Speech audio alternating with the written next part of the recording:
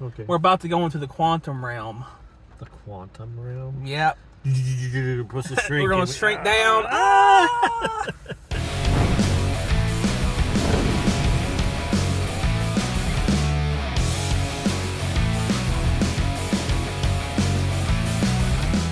Hello there, Hey.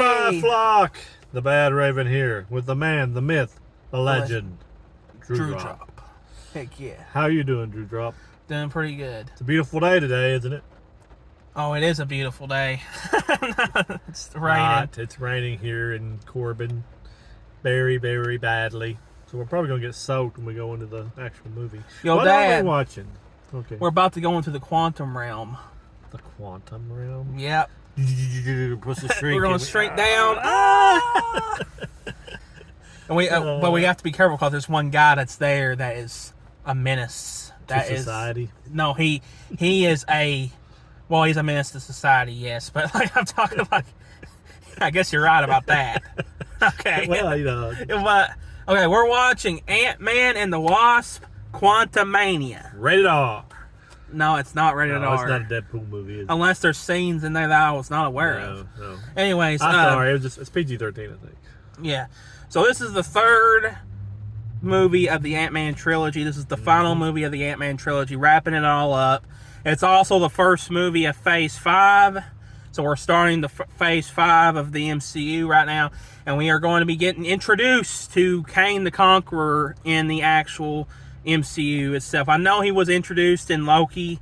I know about that. But we're talking about as far as the big screen, like the actual movies. This is not the actual Kang from Loki. So. But this is a different Kang. This is the first variant of Kang. What does it that say we're on the seeing. poster? It says the tagline is, "This is the beginning of the dynasty." This is the beginning of a new dynasty. Yes. This is the beginning of the lead up to the Kang Dynasty, which will be coming out into about 2 years from now. I can't wait to see what they do with that movie down the line. But this is the beginning. This is the first chapter of everything that's going to lead up to that, because they literally did nothing the whole last phase. Phase 4, they did absolutely nothing building up the storyline. So it looks like they're going to have to take this movie to really build up the Kang storyline. But I'm interested to see what happens. Jonathan Majors, he's playing Kang. He looks awesome. He was really cool playing him as Kang in Loki. I thought he did a really good job in Loki. I mean, he's a good actor.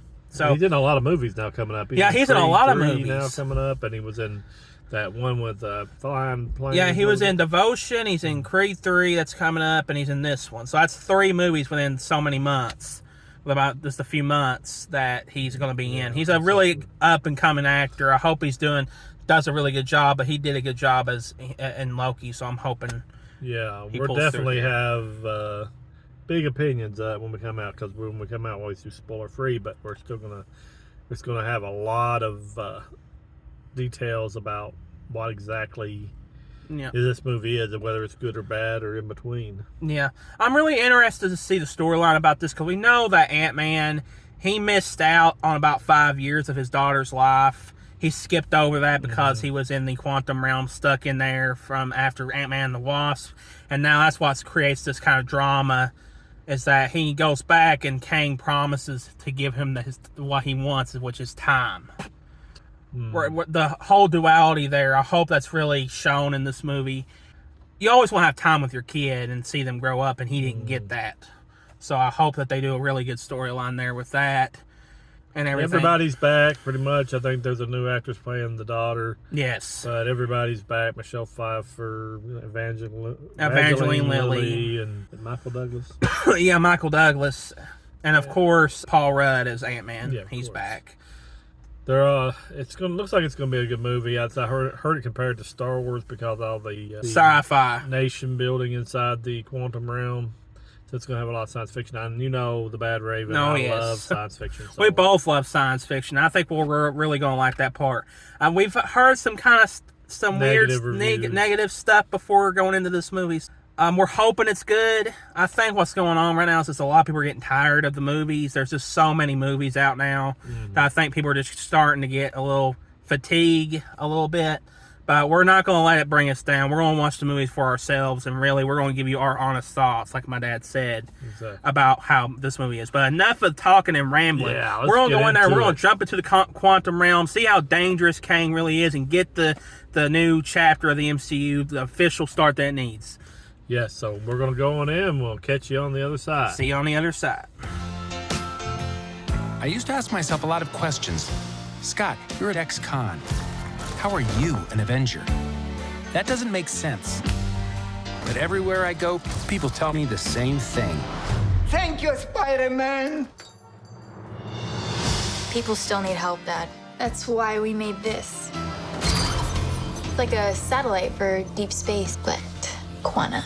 Wait a minute. You're sending a signal down to the quantum realm. Turn it off. Now!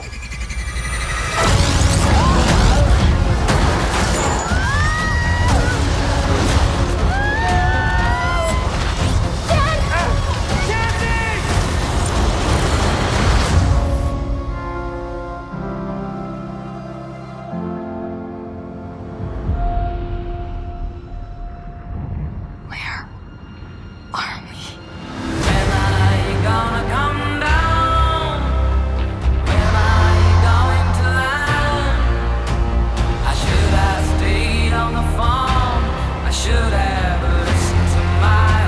It's a secret universe beneath ours. What are you so afraid of? There's something I never told you. This place. It isn't what you think.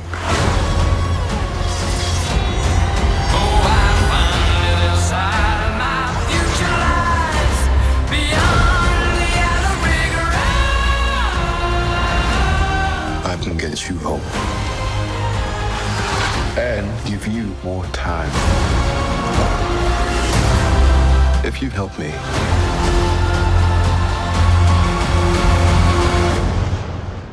So, what's it gonna be? Ant-Man.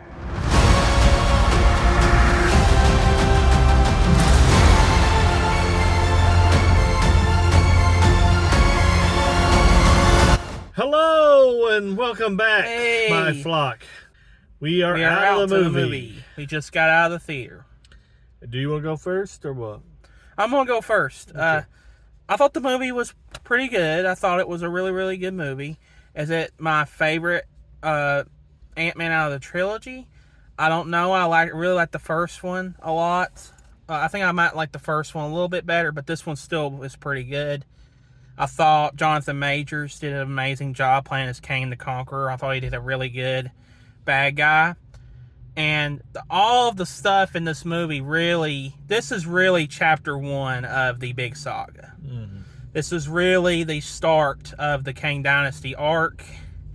That's why I'm going to say this a lot, but this is a very important MCU film for the grander phase. This is really important by setting up a lot of stuff that's going to happen. I thought the action scenes were really, really good. I thought the science fiction elements were really, really good. I almost felt like I was watching a Star Wars movie in a lot of parts, especially with a lot of the environments and everything. Some environments looked like Tatooine, and some looked like literally looked like the cantina from Episode 4. Yeah. It looked like it had. I was like, it's the cantina. Yeah, they were good Star Wars vibes. And then like there was like this one part where it looked like Tatooine. I was like, are we on Tatooine? We're going into Mos Eisley right now. But yeah, I had a really big Star Wars vibe from it, but it was a good way. It was not a bad way. It was in a good way though. I thought just a lot of I thought the whole thing with Kang and Ant-Man and all that was awesome. I thought the whole like fight between them two and everything at the end was really good. The only thing is I thought it was way not enough. I thought I wanted more of the fight. Mm-hmm. The fight didn't really last long at all. And it just felt like anticlimactic in a way. Mm-hmm. Like where you thought this great thing, this big, huge thing was going to happen, and just was like, oh, well, that's it. You know what I mean? Like, it was just like, you thought there was going to be more, and that's not what it was. So, yeah, I have to say it's a pretty good movie. My biggest negative, though, of the movie has to be MODOK. MODOK in this movie, I'm sorry, he was just not done right. Sorry, I had to throw that in there. I liked the movie. It was worth going to see it on the big screen. Because I like the Ant-Man character. A lot of his movies have not done as great as the other superhero movies for the Avengers. But I liked it. But what I thought was kind of what I don't like the way the MCU is doing is they do a lot of humor. I mean, I liked some of the humor. Yeah, some of the humor was kind of. But some of it took away from heartfelt moments. You know what I'm saying? And there was just some silly moments, and some characters were just silly. Bill Murray had no reason to be in it. Yeah, he had nothing to add to the movie. Did you think there anything he added? There's really nothing. He didn't really need to be in the movie at all. You could have put any actor in there. I'm not saying I like Bill Murray. I like his performances in the movie, but he had no. What he did in this movie could have been done by anybody. Yeah, exactly. I mean, to me. So I thought that was a waste. I don't know why he was in the movie. I wonder why they stayed away from him during the trailers and stuff. Yeah. Plus, like you said, the MODOK character was just a punchline. MODOK, he was nothing like how he used to be. See, I know MODOK from playing a lot of the Marvel games and watching the animated series, and he was a menace in those. He was awesome. They did him dirty in this movie. He was just a comic relief the whole entire movie. Exactly. And I was just like, dang. The people have been wanting him in the MCU for so long, and we get this. It's like, really, Disney? Like, come on. The ones I liked the best in this order was Kang. He was awesome. Kang was the best part. I loved his bad guy persona. I loved the way he spoke, the way he acted. He just, his presence was worth it. You could tell he's a very good actor. He oozed Kang the Conqueror. Yeah. He was Kang the Conqueror. Jonathan Majors just killed it. And Paul Rudd, for it to be his movie, he took second fiddle, but when he was in it, yes, I liked his character arc in this, and I liked between him and his daughter that could have been really profound and been heart pulled at your heartstrings if they would have done it right. They kind of comedy it out. It's just too much comedy when he was getting into the moment with his daughter.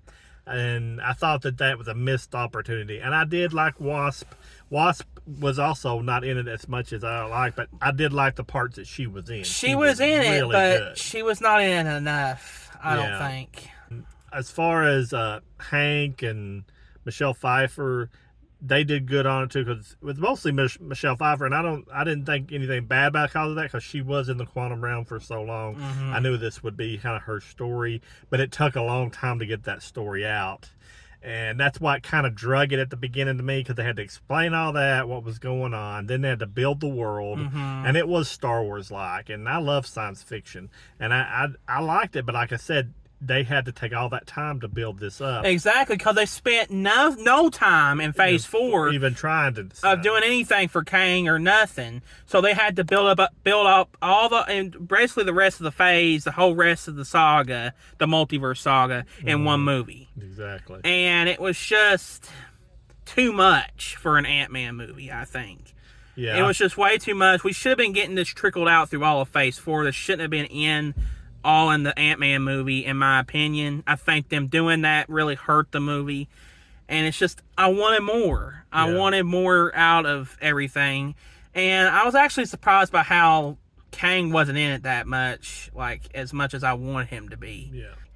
Sure, he was in it, of course. Of course, he's got plenty of screen time, but it's just like, I felt like there was more that I wanted. Yeah. If that makes any sense. Definitely, because he's such a great character. And I desired more, and it just seemed like he was gone. The movie was over before I could even really take it in. Yeah, and they do have 2 after credit scenes, and both of them were reasonable after credit scenes. They were. They finally, at the very end, did not have a joke. Yeah. Finally. I'm glad that they did not do it again. They'll probably do it next movie. But yeah. But, like, the thing is, though, is that they finally did not have a joke at the end, which was good. The first one is just right after the first part of the credits, and then the last one is at the very end. All the credits are gone. Yes.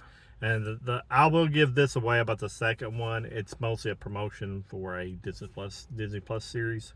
Yeah. To me, still, it was interesting, even though I probably won't watch the series. I probably won't watch the series either. But yeah, they were both worth staying for. I just want to say, I mean, it sounds like maybe I didn't like the movie. I did, but I don't know if I could sit and watch it again or not. It's one of those movies I like, but I don't know if I'll watch it ever again. Well, it goes down to, if you're gonna say what are you gonna do your ratings.